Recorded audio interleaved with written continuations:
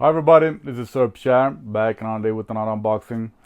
As always, I talk a lot in my videos, so if you just want to see the shoes that are the new Air Force One Premium, as you can see in the headline, just skip ahead like 10 minutes or something. Now, let's get to my talking.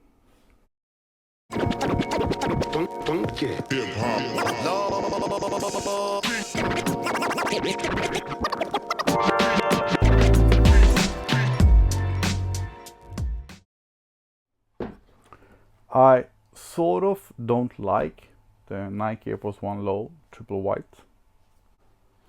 It's because of these sort of overrated shoes that I call this leather for pleather. And now when the prices are nuts, I don't see the point. And this whole trend with having them cooked and worn out and dirty, and that is just nuts. But it is a shoe that I highly recommend to everybody. And they used to cost $99 here in Europe. Back then I think they cost $65, $70 in US. So $99 for many years, and now all of a sudden I think they go for $150, and I don't see why. But as said, it is a shoe that I highly recommend. They work for every occasion. They work for everyone, male, female, kids, adults, old people like me. They work for everyone. And they are the most famous sneaker in the world. And I have been that since 1982, my birth year. So when I want to casually dress up, I put on a pair of all white Air Force One. What I don't like is the pleather material, and in general I don't like low top shoes. I like highs and mids, but it is a good looking shoe. It is a super cool shoe that works for everyone all the time, and we all love the Nike Air Force One Low triple white. So when Nike now gives us what we were asking for, I had to get them. So as said, more or less the only time I wear a pair of Air Force One Low triple white is when I want to dress up casually. So I can wear them with a suit or just dressed up in other ways. But I want them to have good leather, so they are soft and not that stiff pleather. I want the shoes to be comfortable, and these have some more things that I think I'm really going to like. These are called Nike Air Force One Premium or Nike Air Force One Low Retro, yada yada yada. They don't call them 07, which they usually do. And the thing with these are that we have premium leather, at least softer leather, and you can see that right away. So thicker leather, softer leather, that should make them more comfortable. But what I also liked with them is that they have sort of debadged them. There are some flaws on them, but that's okay. That's okay. The price for these in Europe were $160, maybe $165 if I translate a dollar to 10 kroners. So they have debadged them. We still have the logo on the tongue and the Nike branding, but the heel is clean. I will show you another pair of shoes to compare with. Super clean. And the lace tag that are usually really bad are clean. So if you are an adult, an old man like me, and you want to have a pair of Air Force One low to wear with your suit, these are perfect. These are perfect. The laces are a little bit different, but I wouldn't call them premium in any way. So yeah, even though I sort of don't like the shoes for several reasons, I just had to have these. So let me show you a pair. I don't have a standard Air Force One, but the ones that are closest to standard are the Supreme ones.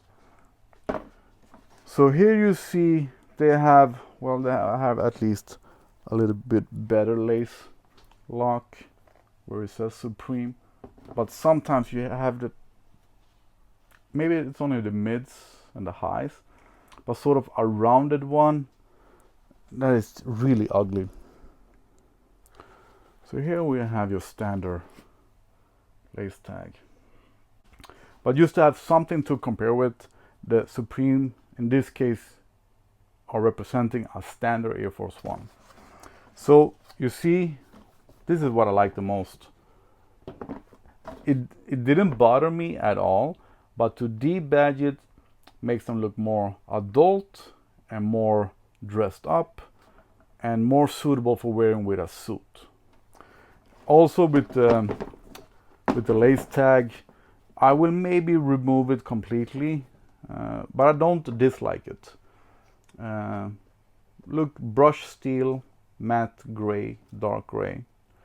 I could do without this Nike logo. The big swoosh on the side, of course, needs to be there. And the softer leather tongue is nice. I just wish it would be a little bit longer. But they look sort of normal. It's just the small details. And in US, I think they cost $20 more than your standard one. And yes, I would say that they are worth $20 more than your standard one. I don't know what the price is in US, but thicker leather, softer leather that they call premium, and it's visible thicker everywhere. So if you meet a sneakerhead or you meet someone that loves the Air Force One, they will see that there is a difference. Yeah, I like them. This sort of needs to be there. I guess it would be too naked without it.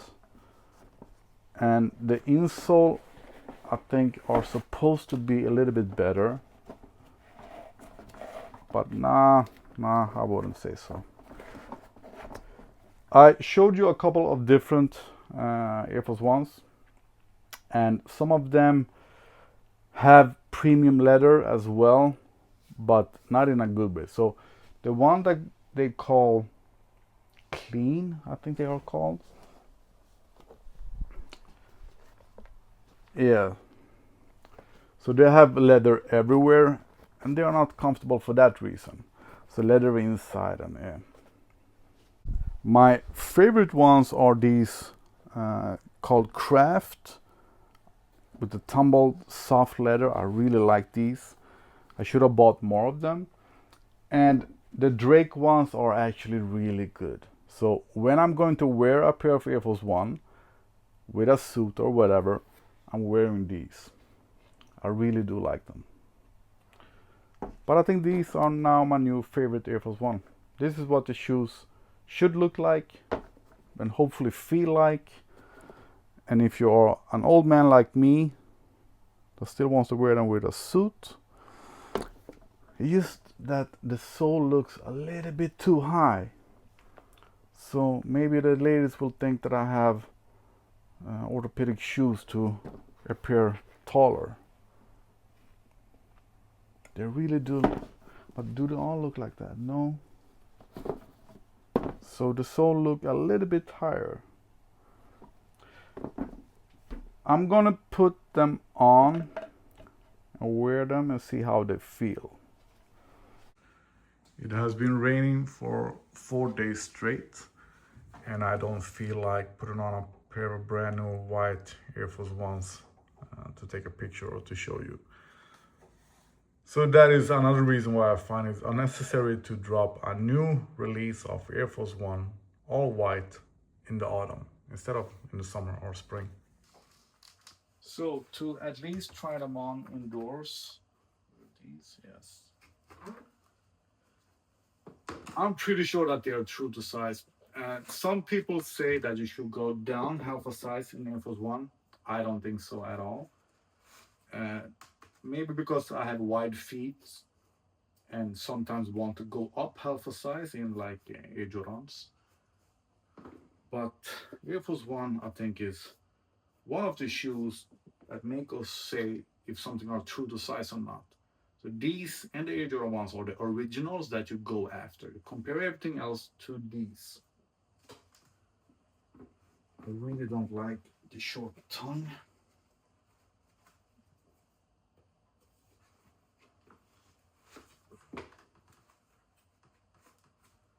And they feel good. You can right away feel that the leather is softer than your standard Air Force One with pleather. And with pleather, I mean leather that feel like plastic. So plastic leather is what I call pleather.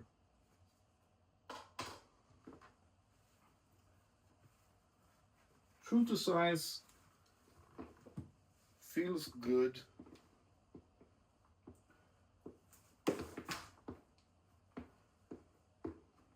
Yeah, feels better than your standard Air Force Ones. And if you don't have wide feet, yes, maybe you could go down half a size. But for me, my taste, I don't like it when my toe is touching the top of the shoe. For me, these are true to size. They look really good. Maybe because I know that it's premium leather and that I can feel that they feel better, but I think they look better than your standard Air Force Ones. I really do. So I'm happy with these. Thanks for watching. If you have any questions, just ask me. Please subscribe.